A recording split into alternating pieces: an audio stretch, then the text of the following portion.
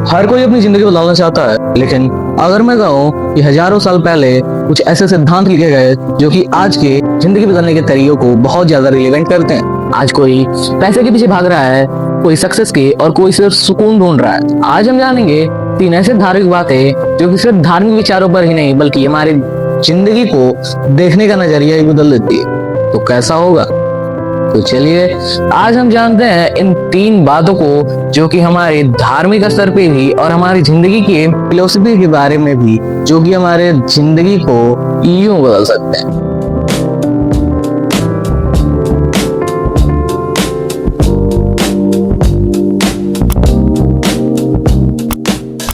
पहली बात, अगर आप अपनी पहचान को अपने जॉब से, पैसे से या फिर बॉडी से अगर आप रिलेट करते हैं तो आप अपनी पहचान को नहीं, अपने शरीर को डिफाइन कर रहे होते हैं। अगर आप इन सभी चीजों से जिससे आप पहचान को बना रहे हैं उनमें से किसी एक चीज को तोड़ने पर आपकी पूरी की पूरी पहचान ही हिल जा रही। लेकिन अगर आप अपनी पहचान को अपने चेतना से, कैरेक्टर से और कुछ ऐसे स्किल्स पर अगर आप पहचान को डिफाइन करते हैं तो आप अपने आप को डिफाइन कर रहे होते हैं।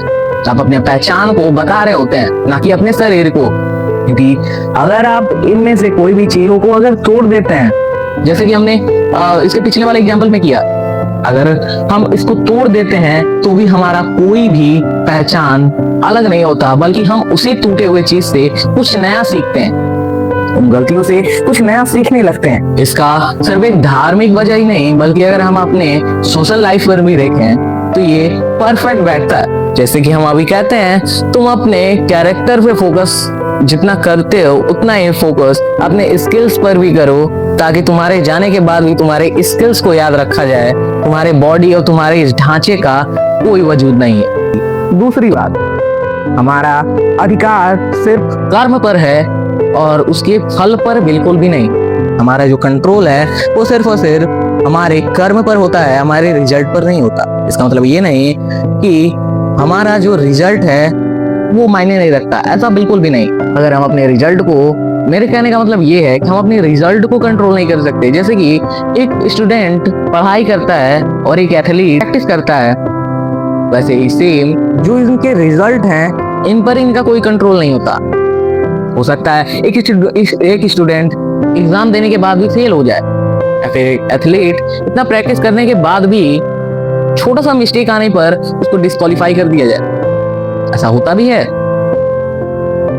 यानी कि हमारा जो भी कंट्रोल है वो सिर्फ और सिर्फ हमारे कर्म पर होना चाहिए, ना कि हमारे रिजल्ट पे।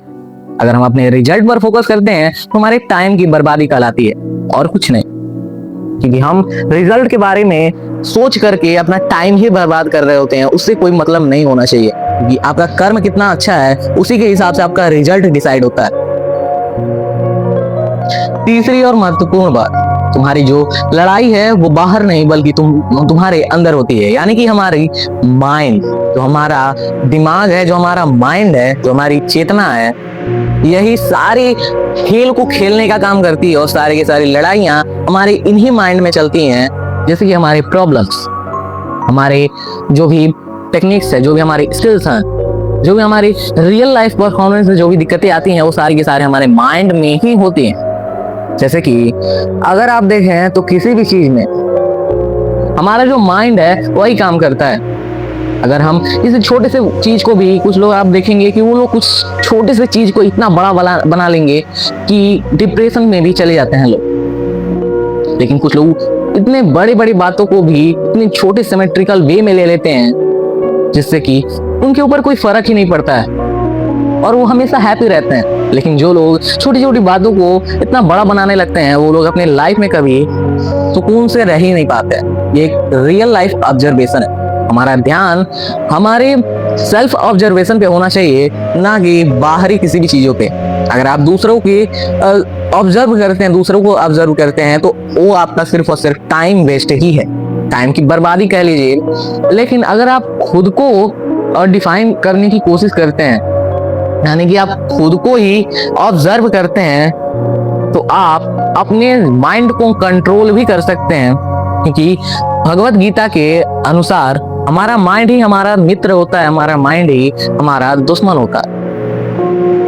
ये दोनों चीजें हमारे खुद के अंदर ही होती हैं, जो कि माइंड कहलाता है। यही दोनों के दोनों कामों को कर रहा होता है।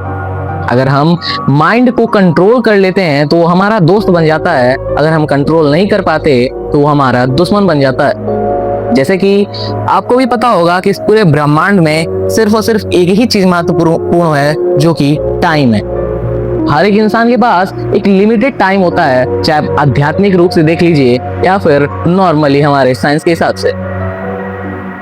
और ये टाइम है, इसकी कोई वैल्यू नहीं होती। इसको हम ना ही तो खरीद सकते हैं, ना ही इसको बेच सकते हैं। ये सबसे बड़ा एक फैक्टर हो जाता है कि time is the most important thing in our universe. ये हर एक चीज टाइम पर ही डिपेंड करता है कि कौन सा समय उस चीज के लिए परफेक्ट है।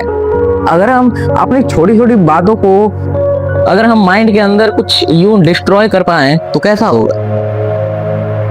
यानी कि हमारा टाइम भी बचेगा, हमारी एनर्जी भी बचेगी और हमारा माइंड भी काफी शार्प हो चुका होगा।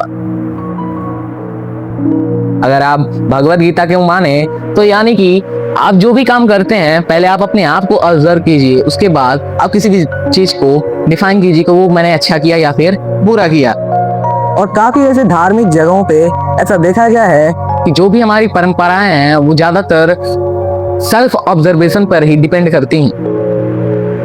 इसीलिए हमेशा कहा गया है कि अपने आप को देखो, ना कि दूसरों को। आखिरी सवाल, अगर मैं आपसे आपका जॉब, सक्सेस, पैसा, हर एक चीज अगर मैं आपसे ले लूं, छीन लूं, तो आप क्या बचेंगे? आपके पास क्या बचेगा? आपका आंसर भी होगा, क्योंकि जो भी बचेगा वही आप रियल में हैं। यानी कि आपके पास ना ही तो पैसा है, ना ही तो जॉब है, ना ही तो सक्सेस है, ना ही तो कोई ऐसे आइडेंटिटी जो कि आपकी पहचान को डिफाइन कर रही। जो भी बचेगा, जो भी आपके पास स्किल्स बचेंगे, जो भी आपके पास ज्ञान बचेगा, जो भी आपके पास ऑल ओवर द थिंग बचेगा, वही आपकी रियल आइडेंटिटी होगी, वही आपकी असली पहचान होगी। So thank you everyone. ऐसे वीडियोस देखने के लिए लाइक, शेयर एंड सब्सक्राइब कर दीजिएगा, क्योंकि मेहनत बहुत लगती है। So thank you so much.